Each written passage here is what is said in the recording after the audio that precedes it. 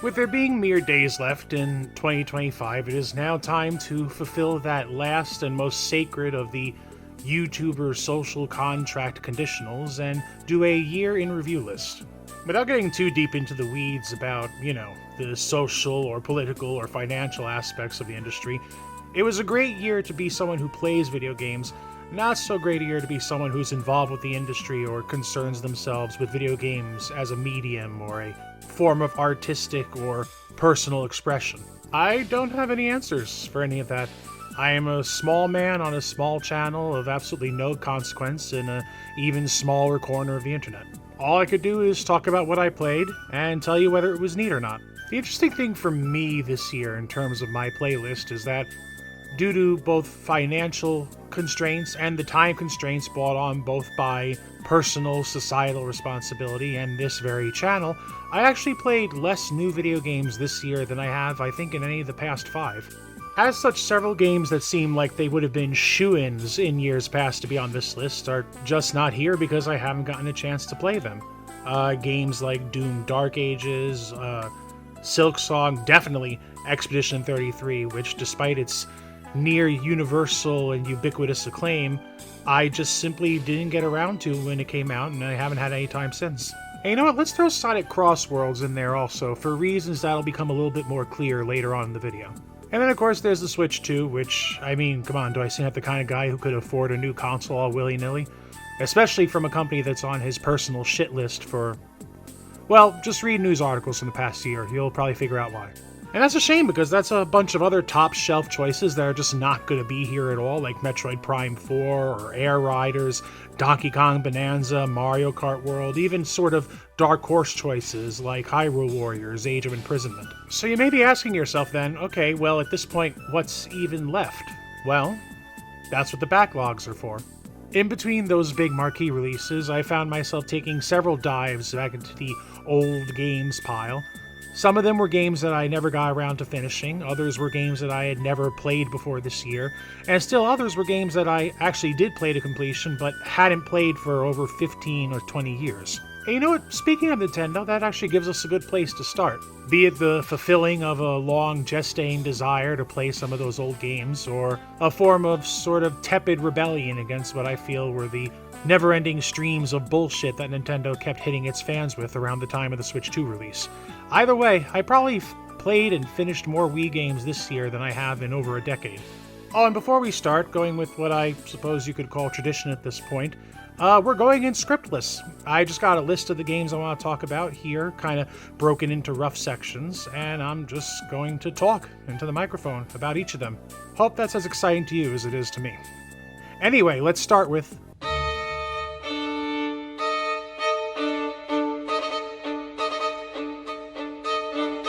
boy, we're certainly coming out swinging here. I'm not a pro Smash player, so I've never had the same sort of derision and revulsion for the way Brawl plays as a lot of my contemporaries, but going back to it now after having played a lot of Ultimate and even Smash 4, yeah, I could feel it. This is sluggish and floaty and unpleasant, and yet not unfun considering that the formula for Smash Bros. Is just at its core enjoyable. But it's a shame I gotta make all these caveats, because Brawl is a game that it does everything else so right. The single-player content, amazing. Subspace Emissary is incredible. It is the platonic ideal of the crossover special. It doesn't just take the characters and put them next to each other and say, look, isn't this cool? All these characters are standing in the same place. No, it actually forms a cogent universe and story that utilizes all the characters in interesting ways and has them play off each other in interesting ways. And it's just so cool, even going back through it all these years later. The soundtrack was absolutely incredible. The graphics were... It's easy to look at Brawl and see all the ways that the later games either iterated on or evolved or outright fixed some of the things it did. But there's still a sort of mystique to the game, some sort of aura to it, especially I think for people like me who were there when it first came out.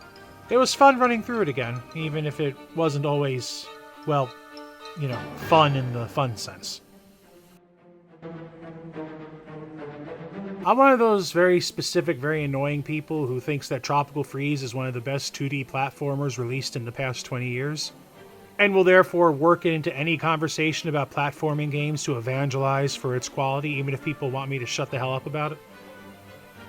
But I hadn't really played DKC Returns for a very long time before this year, and while it doesn't quite reach the transcendence of its successor, it's still a very good game, and it's no wonder that it kind of brought Donkey Kong back into the modern fold when it released. Yes, insert a line here about waggling to roll, but the strong visual identity, a fantastic soundtrack that manages to bring back and even in some cases improve on some of the classic tracks from the original trilogy, and a stiff challenge curve that at the time was probably more than a little frustrating, but nowadays just feels really pleasing to navigate. And all of it glued together with airtight responsive controls. On the opposite end of the spectrum from Returns, you have Kirby's Return to Dreamland, which at the time was also quite a novelty for returning to a specific sort of flavor for Kirby and also being on a console. And I mean, what else do you want me to say? It's Kirby. You know Kirby. I know Kirby. The platforming is fun. Taking enemies' powers and using them against them is fun. The music is great. The art style is adorable and imaginative and endearing. Retroactively, actually, the thing I remember most about Kirby's Return to Dreamland is that it kicked off what I would personally argue is the best trilogy of Kirby games there ever was. Playing one of the new Super Mario Bros. Games in 2025 is such a strange experience, in terms of how the zeitgeist has sort of turned against them. I remember playing these games when I was younger and enjoying them tremendously. And even now, there's really nothing technically wrong with them. They're solid 2D platformers. They have that normal sort of Mario charm and Mario quality to them. And yet, I don't know, have I been corrupted by the discourse over the decades? Because I played it, I enjoyed it, I put it down, and I barely remember anything about it, even now.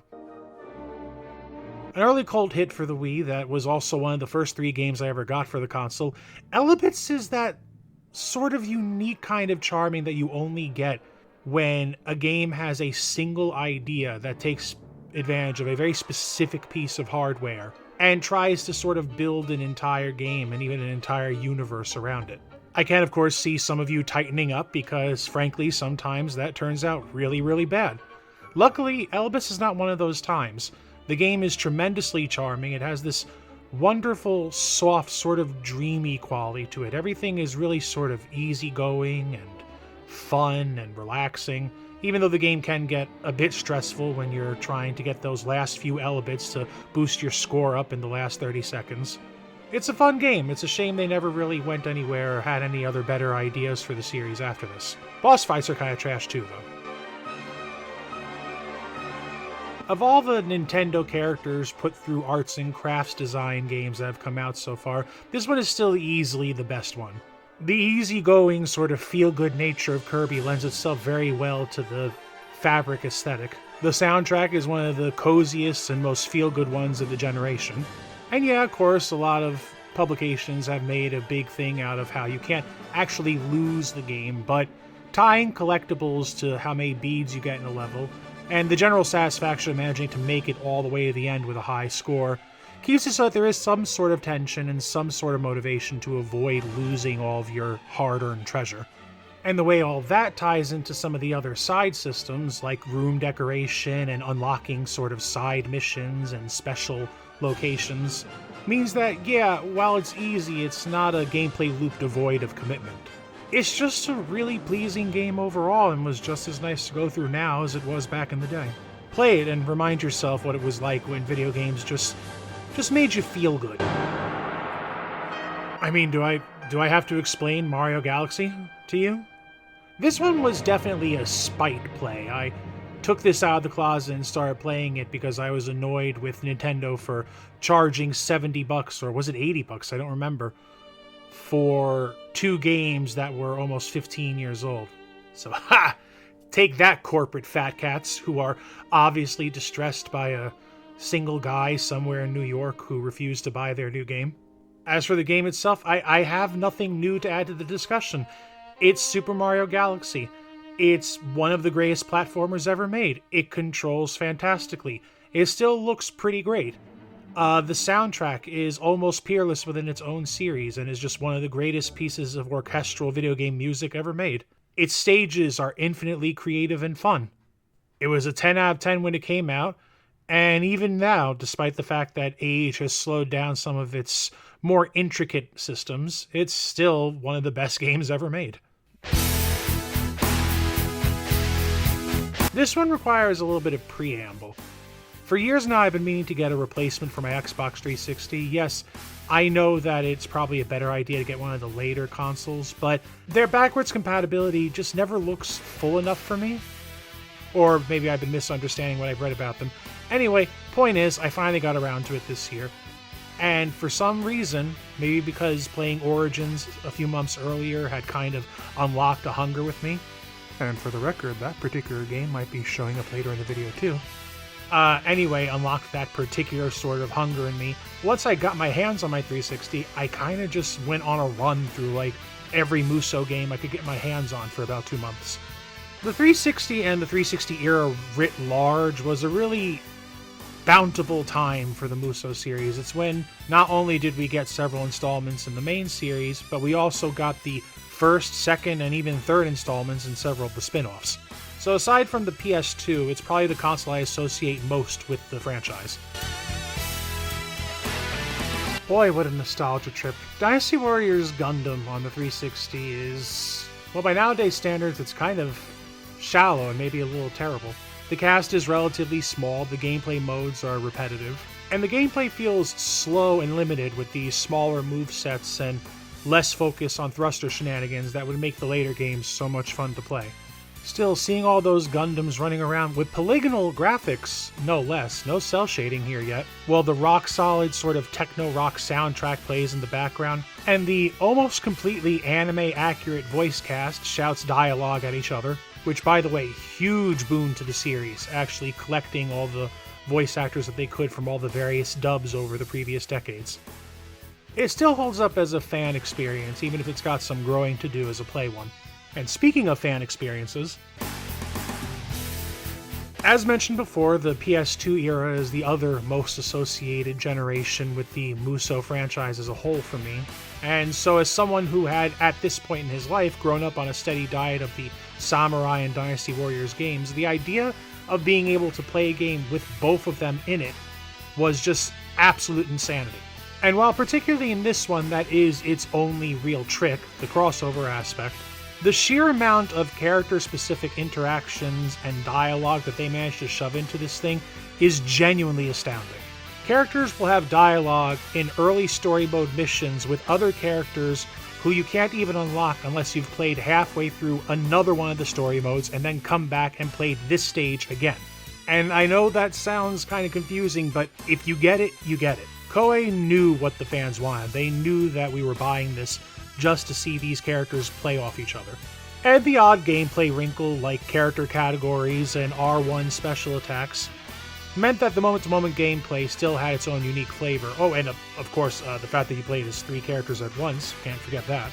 The auto-cheat games would grow much more into their own even as soon as the second one, or the expansion of this one. It's all very confusing, the naming schemes here.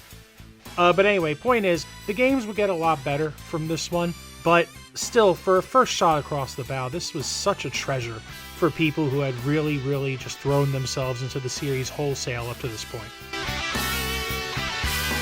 Hey look, it's the second worst one. As I alluded to in my Peabody Award-winning video on Dynasty Warriors Origins back in February, 6 is a game of extreme highs and unacceptably low lows. It looks great. Its stages are organic and creatively constructed. Its music is absolutely spectacular, among the best soundtracks in the series. And the character redesigns, while sometimes dipping too far into anime or David Bowie, are at least interesting and full of life and show a commitment to doing something unique with the characters. But the 1-2 punch of the Renbu system, which manages to be both infuriating and extremely shallow, and the infamous clone moveset situation, which, yes, I know there's been a lot of retroactive debate on whether that's the proper term to use. Look, all I know is that entire swaths of the cast use the exact same moveset, like down to the animations, as someone else in the cast. I call that a clone moveset, I'm sorry.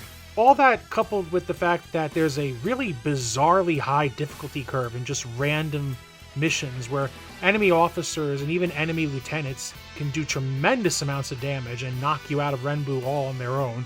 The actual act of playing Dynasty Warriors 6 manages to, well, I guess saying sink the experience is a little overdramatic, but it definitely makes it a challenge to go back to in a way that none of the other games are. The game that actually got me into Fists of the North Star as a series writ large, Ken's Rage, at least the first game, eschews the sort of nimble, high-flying, flamboyant combat of a lot of the other weapon-based games for something a little grungier, a little bit slower, more high-impact, more dirty, but in its own way more satisfying. A relatively small cast, well, not relatively, a noticeably small cast, is at least somewhat offset by robust story mode offerings for all the playables. There are numerous other things that differentiate Ken's Rage from its fellows, especially in that generation, but this isn't that video. Just needless to say that, while the game does enjoy a somewhat split reputation in the community, I definitely fall on the love it side rather than the hate it. Hey look, another fan pipe bomb. Going back to 7 was kinda weird. I had forgotten how sort of stiff and unwieldy the combat was, sort of low impact. The game feels uncomfortable to play, and there is a level of jank here that I genuinely didn't remember. Still, great side modes, a large cast of characters including the newly included Gene Kingdom characters, creative new movesets, and a story mode that, in my opinion, captured the sort of breadth and the tragedy of the era itself better than any game did before or since. I know that's a really weird, really strong statement to make, but I don't really have time to go into it right now. There's just something very specific about the way 7 presents the story and the characters that really hits well with me. I'm glad I went back, but I think I'll be leaving it alone for another decade or so. With those specific subcategories handled, there's a few more stragglers that I actually wanted to mention. Well, I mean, there's actually more than a few stragglers that could have been on this list, but these are the ones that kind of stick out in the memory as having been particularly interesting playthroughs. I've had the PS3 copy of this game sitting on my shelf for about 10 years now, and I don't know, I was just sitting there one day, I was kind of in the mood for a hack and slash to play through, and I just grabbed it and stuck it in. It's hard to talk about the visuals of a PS3 game. If you actually have played any, you'd know why. Even good-looking ones all seem to have this sort of shadowy, glungy mucus on them. A combination of the clash of the more realistic aesthetic tastes of the time against the technology that was available to make them, and a preference for muted color palettes. Luckily, that plays to Lollipop Chainsaw's advantage here. The sort of bubblegum pop aesthetic plays well against the lower quality, thicker, more brown and gray textures, allowing Juliet and her various associated particle effects to really pop against the backgrounds. As for plot and tone, well, it's a Suda game. A pseudo-Suda game, actually. You know, one of the ones where he was there at the conceptual stage and might have had some input into some of the gameplay mechanics and storyline beats, but was sort of hands-off on the more moment-to-moment stuff. Luckily, the more chaotic, gallows, trashy tone of the game imbued into it by James Gunn, yes, that James Gunn, manages to keep the game feeling really vital and fun all the way through, even if it could sometimes get a little bit predictably crass. And the combat, while stiff and awkward sometimes and never reaching for the combat depths of, say, a Ninja Gaiden or a God of War, takes advantage of the whole chainsaw thing for energetic, high-impact combo-based combat, which, yeah, does just fine for what the game is reaching for. I can definitely see why this one became a cult hit. Possibly the most random entry in this entire list, The Incredible Adventures of Van Helsing, was a game that I literally just got because I saw, oh look, Diablo-like, and it costs like $2 on sale. But from humble origins comes great things. I don't think I really need to go into that much detail about the gameplay other than to say that this is not just a Diablo-like, it's a very good Diablo-like, with a lot of loot, a lot of well-defined and interesting skill trees, a strong companion character in the form of Lady Katarina, and an interesting, if somewhat ill-explored universe. Best of all, I heard that the sequel is even better. I already have it downloaded and will hopefully get around to it in time for next year's list. I've been told for years how good Transformed was, and I've just never gotten around to it. Me and kart racers are kind of weird. Whenever I play them, I really, really like them, and yet I don't really pursue them with any particular fervor. And so as I sat there, having just turned into some sort of jet plane in a stage based off of the old Panzer Dragoon games, all I could do is really sit there, look at myself, and say, Jesus, is this what I've been missing out on? Because this shit rocks. A great cast of Sega all-stars with the occasional Ralph-shaped bit of bafflement. Absolutely incredible stages that move you between earth, sea, and air with nary a point missed. A satisfying progression system with the points. And just an incredibly fun moment-to-moment racing experience. And for the record, yes, this is why I mentioned back at the beginning of the video that Cross Worlds would very likely have ended up on my best of the year list if I had gotten around to playing it, since that one is allegedly just as good, if not a little bit better than this one. I'll get to it in due time.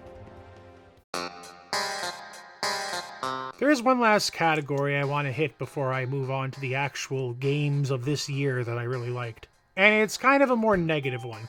See, growing up, I didn't exactly have all the money in the world that I needed to buy any video game that caught my fancy, so I had to become very good at figuring out what I liked, or what looked like something that I might like.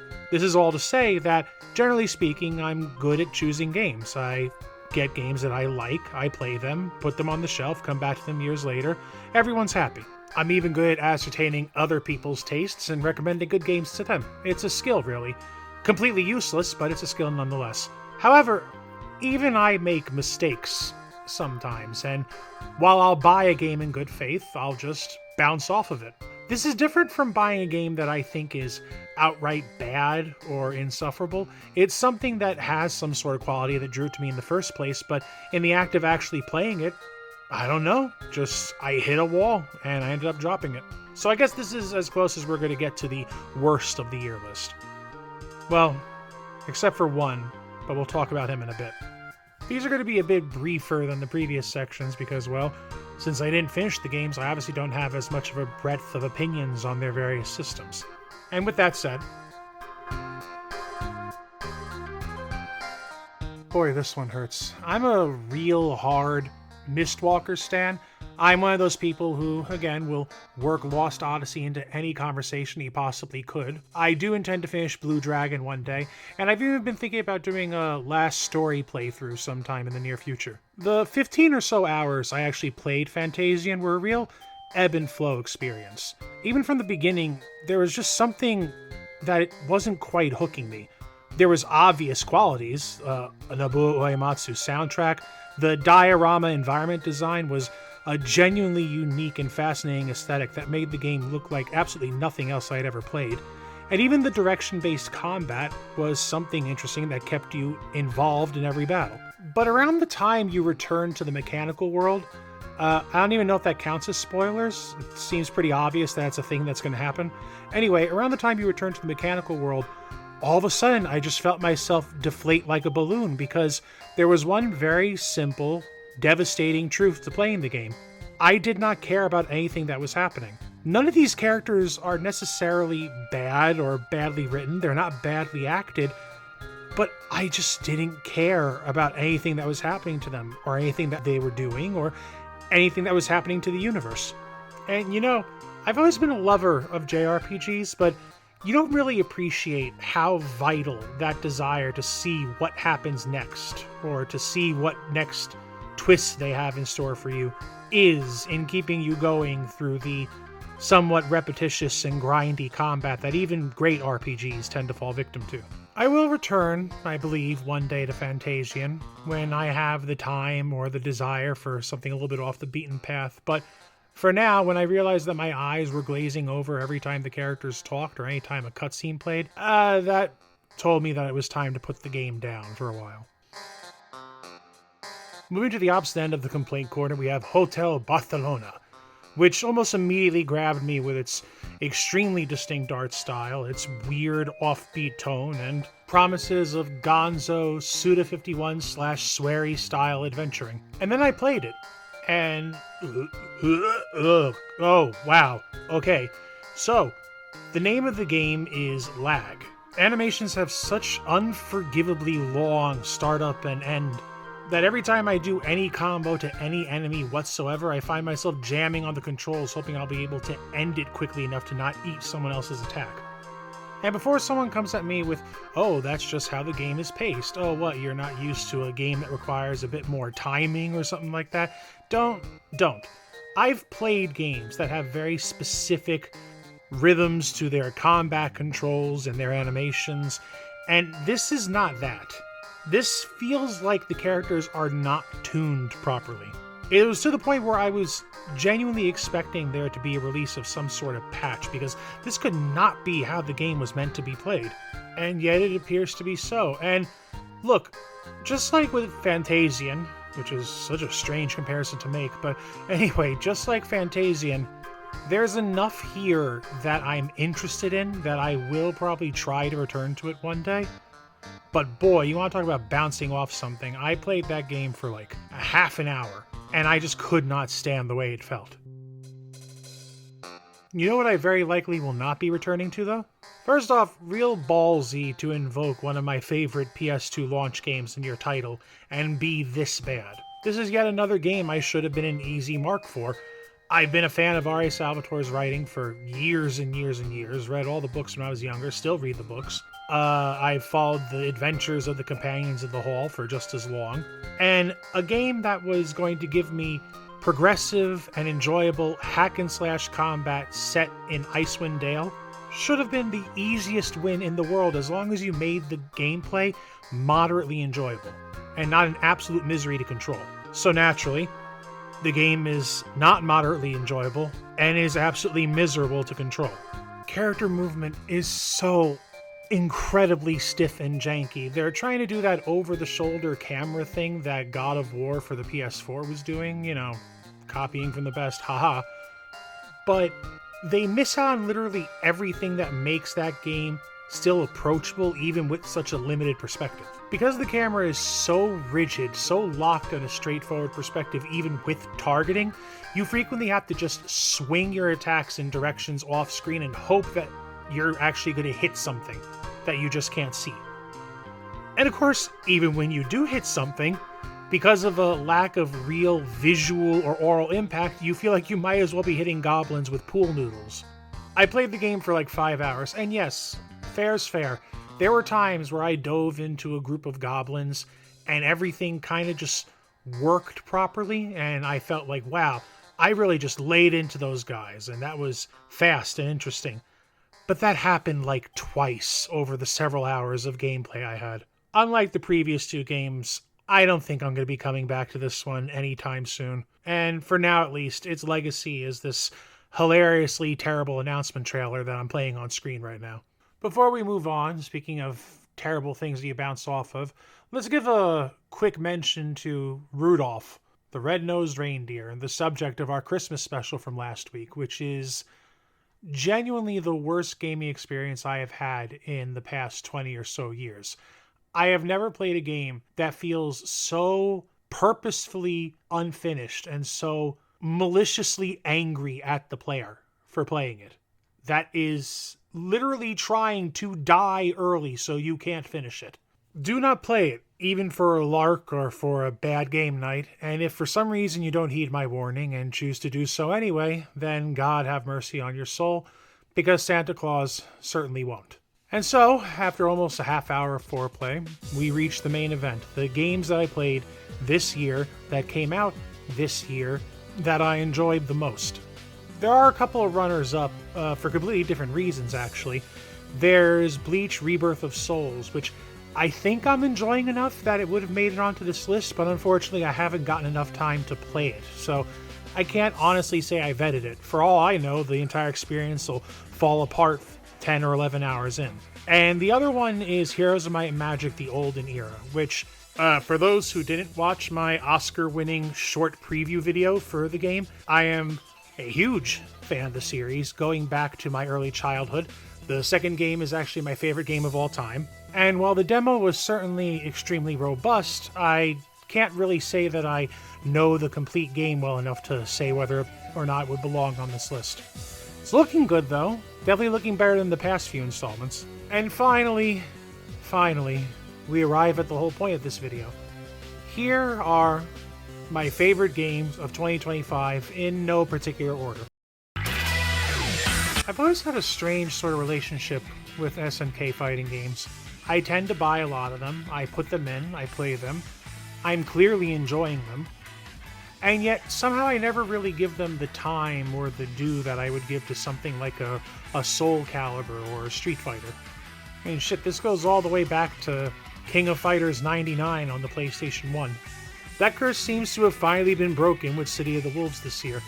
I enjoy basically everything about this game. I love its characters, I love its visual style, I love its snappy combat. Great. I love its snappy combat, which has just enough going on in it that even a fighting game sort of nub like me can pull off some interesting things and grasp some of the more abstract support mechanics. It has a tremendous amount of great single-player content, which is great for someone like me who maybe isn't the best online player in the world and tends to get discouraged rather easily. I honestly couldn't tell you what particularly clicked with this one for me above any of the other games I played over the past few years from SNK, but whatever, man. All I know is that I enjoyed this particular fighting game more than I think I have any other one for the last 5 or 6 years, 3D or otherwise. About 10 months ago, in my Golden Lion winning early impressions video for Dynasty Warriors Origins, I said that the game, while being incredibly fun to play and really pushing the 1 versus 1000 dynamic to its absolute limit, lost some points with me because in the process they sacrificed some of the gonzo theatrical spirit that the series had been so well known for up to this point in the name of some low-key, tepid inter-character melodrama that wasn't nearly as satisfying or fun to watch. In other words, while a great game to play, Origins had lost some of the spark, some of the spirit of the series, and I wasn't sure which side I really wanted to land on. And so, almost a year later, have my feelings changed at all? Well, yes and no, and in multiple directions at that. On the one hand, if anything, I've grown even more enamored of the gameplay. When I made the impressions video, I hadn't yet unlocked all the movesets, all the weapons, and the last few that you get feel really, really good to use and have really creative gimmicks to them. Taking a bunch of hits using the Serpent Pike only to hit an entire horde of enemies back with massive attacks, or keeping enough presence of mind to use the halberds to their full effect, timing your button presses to get maximum impact and explosion out of every strike. While the system is of course not flawless, and like all things has room to evolve with future installments, it really does present what I feel is like a new standard for combat that is just deep enough to be satisfying to people who like a little bit more meat on their bones, but with enough good old-fashioned button-smashing kinesis to keep any fan of the series more than sated. On the other hand, I think that revisiting some of the earlier games in the series, like I did earlier in the year, actually served to highlight and reinforce what I felt this game lost with its higher commitment to more straight drama. The characters of Dynasty Warriors are larger than life, they're more folklore than historical figure by this point, and the theatrical bombast and excessive cheese of previous games suited them a lot more, or at least that's how I still feel. Still, gameplay is king, and as a gameplay experience, Origins is everything a Muso fan could want and more. I guess we'll have to see with the upcoming Dynasty Warriors 3 remake what direction Koei chooses to go with the series in terms of its tone. But my feelings notwithstanding, this is without a doubt the healthiest place that the series has been in a long time, and I hope they continue. In my Jacques Vandermeer Prize winning video on Katamari Damacy from a few months back, I mentioned that the then still upcoming Once Upon a Katamari really only need to do a few things in order to be successful. Just give us more of the same ball-rolling addictive gameplay, some great catchy new tunes to listen to while we do it, and a few interesting wrinkles or scenarios to get wrapped up in so that things don't get too samey or repetitive. And I'm happy to report that Once Upon a Katamari passes all 3 bars with flying colors. The gameplay? It's like the series never left, like it hasn't been over a decade since the last main installment. Although, fair is fair, I should measure that some of the physics feel a little bit wonky, even compared to the recent remakes, but nothing too bad that actually sinks the experience. The soundtrack? Fantastic, exuberant, ebullient, wonderful. While maybe not hitting the heights of series peak We Love Katamari, there's at least 4 or 5 songs that I would definitely count as all-timers in the whole series. And a steady stream of new and interesting conditions and themes for each stage keep you from ever getting bored with just the normal run of rolling and pulling up. You'll raid tombs, explore ancient civilizations, get really, really spiky. And yes, unfortunately, there is a cow-bear level. The game isn't perfect, but then again, nothing is. Once Upon a Katamari succeeds in that most pleasing and efficient way a game of its kind can. It knows exactly what it has, it knows exactly what its fans want, and it provides both with tremendous enthusiasm. Man, is it good to be back. This is kind of a bittersweet one to talk about, although perhaps bittersweet's not the right word to use. See, the Raito Kuzunoha games were always sort of a personal cause for me down the years. I'd always bring them up in conversation with other Shin Megami Tensei fans, both as a way to genuinely exhort them to play it, and also to sort of establish dominance. Oh, you say you're a Mega 10 fan. Have you played Raito Kuzunoha vs. the Soulless Army on the PlayStation 2? Oh, you haven't. Well, I guess you're not quite the biggest fan in the room, are you? Yes, I am invited to many parties, and I'm very fun at all of them. Why do you ask? I mean, yeah, I'm not blind to their problems. They're somewhat plotting, and they have awkward command systems, and Raito himself actually controls like some sort of horrible molasses creature instead of some great scion of a demon summoning house. But still, they were fun. They were interesting. They had great atmospheres and unique settings, great Shoji Meguro soundtracks. I liked them. So, when the remake was announced, I didn't really pay that much attention. I noted them, said, oh, that looks kind of interesting, but it wasn't really at the top of my buy list. You know, as far as I was concerned, I already have the games. I had already played them. And you can probably guess exactly where this story goes. The game comes out, and a lot of the Mega 10 YouTubers say it's really, really good, so out of curiosity, I buy it for myself, and yeah, as much as I love the original and will still encourage people to play it, this is the ideal way to experience the game. It's modernized in really smart and effective ways while keeping the tone and the energy of the original. The gameplay actually more resembles the original's famously improved sequel as opposed to the first one itself. Though as a side note, let me put to audio right now that I'm interested to see what they do with the sequel. One of the sequel's selling points was how improved the controls and combat were from the original, and since this remake takes so much of that stuff and applies it to the original, I don't know what they're going to really add into the second one if they remake the second one, which I'm pretty sure they're going to. I guess we'll just have to see. Anyway, I'm kind of rambling now. Point is, Devil Summoner Remake is good. Play it if you've had any interest in the Raito Kuzunoha games up to this point.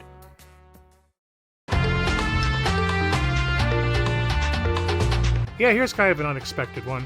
The first Pac-Man repack kind of snuck up on me a few years ago. I've always been a good enough fan of Pac-Man. You know, I played the originals plenty when I was younger, but I never really got into the PS1 era 3D games in any meaningful way. I have Miss Pac-Man, on the PlayStation 1. Love that game. But the Pac-Man World games just never really interested me at all. I was kind of out of them by the time they were coming out. And then the first repack came out, and I bought it because it was like $20, and I was absolutely startled at how much I enjoyed it. Just a really solid 3D platformer with small linear levels, but a satisfying gameplay loop of collecting the fruit, ending the stage, fighting the boss, etc., etc. It was really fun, and wouldn't you know it, the second one is even better, both the original and the remake. Stages have been widened out and expanded considerably, allowing for a much better diversity of gameplay situations and win conditions. The increased focus on bouncing and more precise platforming leads to a much healthier and full-body difficulty curve, and a metric shit ton of unlockable games, statues, environmental objects means that you're really encouraged to thoroughly search out environments. It's just a good time. I wish I could offer you something a bit more incisive than that, but it's just a really fun, pleasant game to play, in the way that the old platformers in the old days were.